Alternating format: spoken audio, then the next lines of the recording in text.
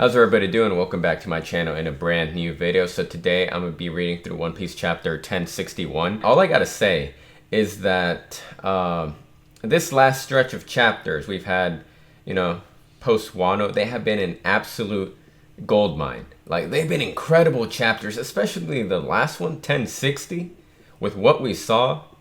Freaking Lulusia Kingdom getting annihilated simply by M crossing it out on the map. What the heck is that thing in the sky? Is it the ancient weapon? It might be. Is it possible that M herself... Oh, one thing I did mention is that possibly M herself can kind of materialize as needed wherever she wants to. I kind of pointed out in the last week's video that the monsters from the Florian Triangle at Thriller Bark, they kind of have the same silhouette, the same shape and shadow that M does, along with the glowing red eyes. And I don't think it would be outside the realm of possibility for M to have some type of real earth type of fruit that allows her to materialize anywhere she wants, and that way she can keep an eye out on the One Piece world. You know what I'm saying? But there were so many things that happened. Lulusia Kingdom got killed. Sabo, his fate is up in the air. I think he's still alive. There's no way he dies here. Did he manage to get the full message out to Dragon and the Revolutionaries before the line cut? What's going to happen now? And then at the end, Bonnie ended up out of nowhere. Here comes Bonnie. She appears. She's back in the picture. I'm really curious to see what she is going to add to the story, because the last time we saw her, she was disguised as the the queen of Sorbet Kingdom. And then she saw Kuma, and she got emotional because of how they were treating Kuma, and then Kuma was revealed to be the king of the Sorbet Kingdom, and that's the last we saw of her in the Reverie arc. So, as mentioned last week, I believe the only two members of the worst generation that have not gotten significant screen time are Bonnie and Urouge. Everybody else has gotten a lot of screen time. So it's going to be interesting to see how this plays out in the story. Anyway, I think that's going to be enough recap for me for the last chapter. I'm excited to see what this chapter holds, so I'm going to go ahead and start reading. One Piece chapter 1061, Egghead, the Island of the Future. Then we have the cover story, Germa 66, Cold-Blooded Voyage, Volume 19, Time to Escape, Niji and Yonji are free. Okay. Hurtling through the air. Who's that? She just popped out of nowhere. And then she's gasping, probably out of, dang near drowned, probably. I'm saved. Who's there? Wait, where'd that monster go? It's still below us. Look down. Good, she seems safe, but just now. Just how far is Luffy going to keep flying? I think that Runt's trying to say something. She said look down. Huh? Dang, that's a shark. Is that a sea king? There's something scary beneath us. Let's scram before it surfaces. Looks like a big shark. Okay. No, hold up. What the hell is that thing? A shark? No, it's too big and it's made of metal? Hold on tight, it's gonna be a rough landing. Is that one of Frankie's new inventions? It looks like it. Friggin' vibrations on my phone. Anyway, keeping on with the reading. Not good. Luffy and the others fell in the sea. Ah. Frankie, take the helm. Steer the ship over to us. You got it. Okay. Okay, we're just getting some action here. Rabbit screw propeller. Okay. Alright. Next page. Explosions. Ah, what was that? Oh crap, we're capsizing. Ah, Robin, Nami. Okay. Next page. Jinbei, he's kind of looking around. Luffy, Chopper, don't worry, I'm here. That noise, it sounded like an explosion. Hang on. Hang on, you three. We're heading up. Okay. Oh my, what a tremendous current. Steering a ship in this is next to impossible. Another big spread. Okay. Everyone, hold your breath. We're going to dive. Okay, they're holding their breath. Here we go. Okay. The waves are too strong. We can't get back up. The heck is this thing? Okay. Okay.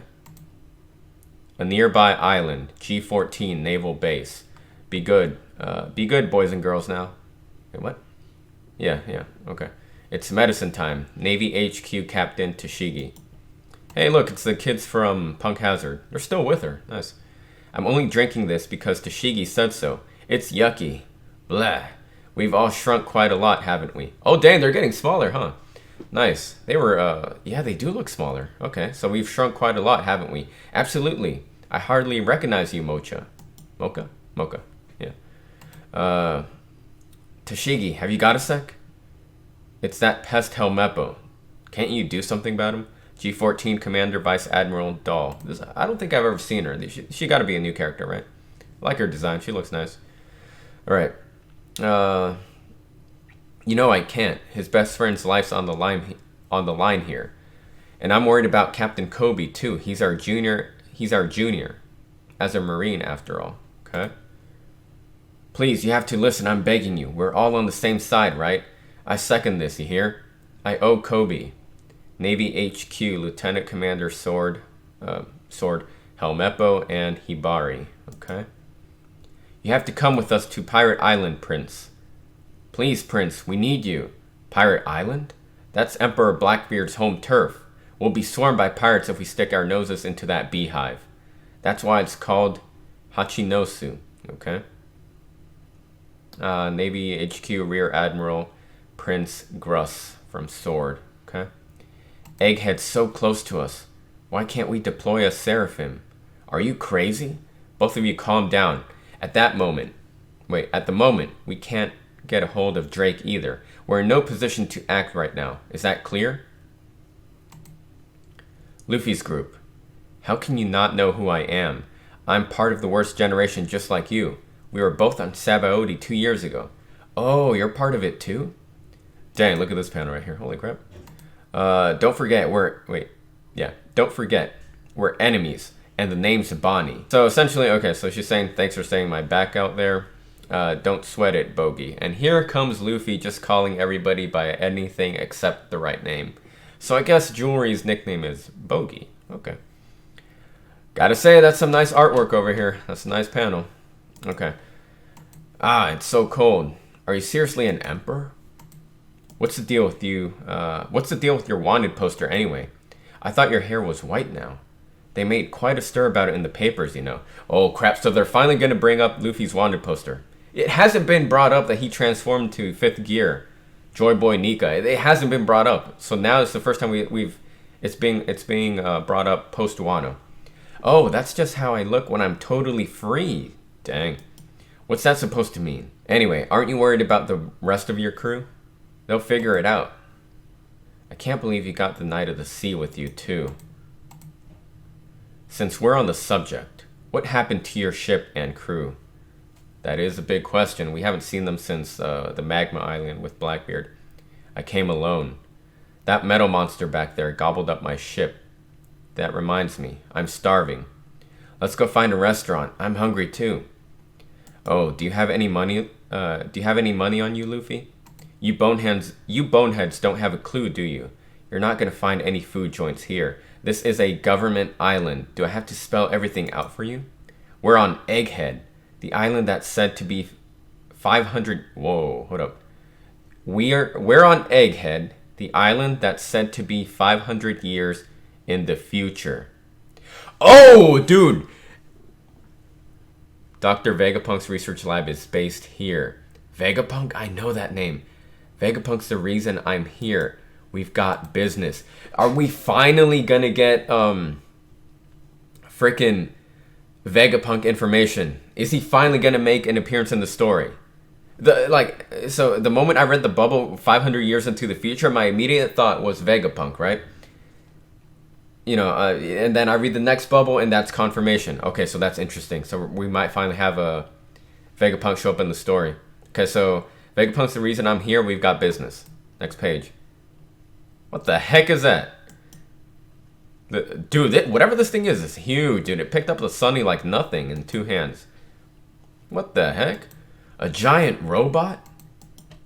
Oh, I guess now it makes sense, right? It makes sense why the shark was a robot and now this is a robot. It makes sense. It kind of goes along with the whole Vegapunk lives here. It's his island. So I'm assuming we're going to get some type of robotic island type of thing going on here. Okay, so giant robot. Everybody's shocked. This won't do at all. It's another failure. That can't be Vegapunk. Hold up. I wonder why, though. Perhaps overriding primal desires is simply impossible. Somebody's coming out. Is that Vegapunk right here? Are we gonna get him just like that? How utterly vexing. Thanks for saving us. Thanks for saving us, whoever you are. I ordered the Mecha Shark to scout, report, and fire. But if it keeps trying to eat ships, there won't be anything left to salvage. I must have bungled the programming. Forgive me. Did you just say I saved you? Oh, you naive pirates. I work for the government. Despite my oh my dude. Hold up. That's freaking Dr. Vegapunk.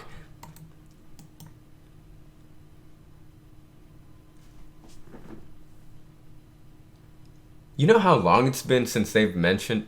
She's a girl, first of all. Here, I thought Vegapunk was going to be a guy. Okay, so my idea of Dr. Vegapunk was that he was going to be some... Dude, because the freaking... When Kuma went under his transformation, they kind of showed the freaking flashback, or like a flashback of what happened. The silhouette... Look, I'm so confused. I'm not confused, I'm just thrown off. Okay, so I work for the government despite my mediocrity. They like to call me their scientific genius. You can call me Dr. Vegapunk. How unexpected. What? That's going to be the end of chapter 1061. And there is a break next week. Why am I so thrown off by this? I think it's just because I had the idea that Vegapunk was a guy. And in my head, I thought he was going to be a regular looking guy. Just some ordinary, regular, citizen type looking person. Or he was going to look like freaking Professor Egad from Luigi's Mansion. That's just kind of the vibe I got from Vegapunk as the story went through and everybody was talking about, you know, Vegapunk's a genius. Vegapunk does this. But, you know, I'm starting to kind of go through every mention of Vegapunk. I don't think she was ever referred to as a guy, now that I think about it. I think it was always just referred to... Vegapunk was just referred to by name. I gotta go back and check, previous chapters, previous episodes, but I don't think Vegapunk was ever referred to as a man. You know, the reason why this is so shocking to me is because... I did not expect Vegapunk to be introduced this early, if it's freaking 1,000 chapters into the story.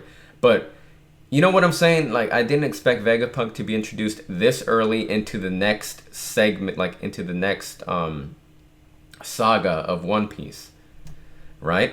I thought, especially when Bonnie shows up. Alright, so Bonnie's here talking about how... Bonnie's here saying that she's on this island because Vegapunk is based here, right? I thought that was the only hint and mention we were gonna get of Vegapunk until the Straw Hats, you know, until we actually landed on the island, and then like midway through the arc, we were gonna get Vegapunk's reveal. But no, it turns out the same chapter, only 2 pages later, we get Vegapunk fully introduced into the story.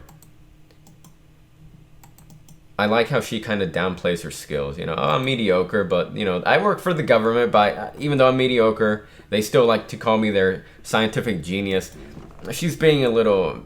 Is she humble, or is she just downplaying on purpose? I don't know. But just from looking at her, she seems like she has a very bubbly personality, very, like... happy. Definitely not at all what I expected her to be like.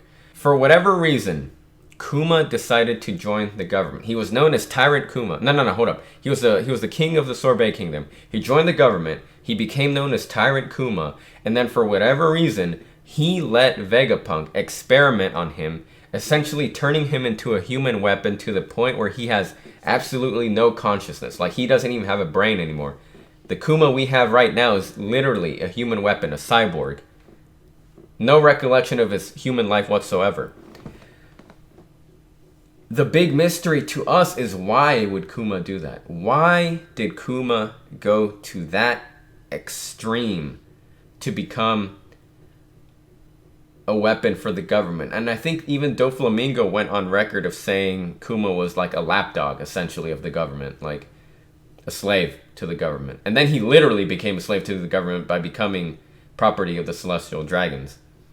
Kuma is now free, as we saw in the last couple chapters. Kuma is now free. He still has no personality. Jewelry is connected to Kuma somehow. And then you go back to Marineford, where all the supernovas were were watching Marineford play out, and Jewelry was freaking in tears. At first, we thought that she was crying because Whitebeard was dead, right? But then the Reverie would reveal that she was probably crying because she saw what Kuma had become. Man, dude. Crap. We're going to have to sit on this for 2 weeks.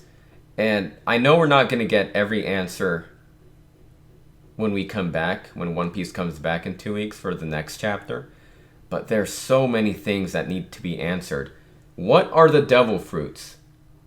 Like, we know what devil fruits are. We know what devil fruits are, right? Like, obviously, we know what devil fruits are. But what are they? How do they have the abilities to grant powers? Where do they come from? What the heck? What's up with the Seraphims? The new pacifistas. Why is Kuma the way he is? And there's so many questions that Vegapunk has the answers to. And now we might finally have answers as the story goes on. I'm really interested in Kuma, though. Like, what's Kuma's deal? Because even in Sabaody, he told Rayleigh that he wanted to help the Straw Hats escape, and he did. He helped. Then he says to Luffy, before disappearing him, he says to Luffy, "We'll never meet again." At first, we thought that was only because at first we thought that was like a something a villain would say, like, "Oh, we'll never meet again. You've been defeated." No, he said that because he literally has no personality anymore, so he doesn't know who Luffy is, right? So that was his goodbye to Luffy. We'll never meet again. It was just up in the air until it was confirmed that Kuma just is gone entirely. So next time we see Kuma, I mean, we've seen him, but if we were ever to encounter him in the wild again, unless the revolutionaries can get to him, or Vegapunk, he's going to be a weapon, like an enemy, 100%. But why did Kuma do what he did? And Vegapunk doesn't seem like she's completely with the government 100%, because before Kuma's personality was erased, Kuma requested Vegapunk to program one final mission into his body, into his brain. And that mission was to protect the Sunny for 2 years. For 2 years, until one member of the Straw Hat returned.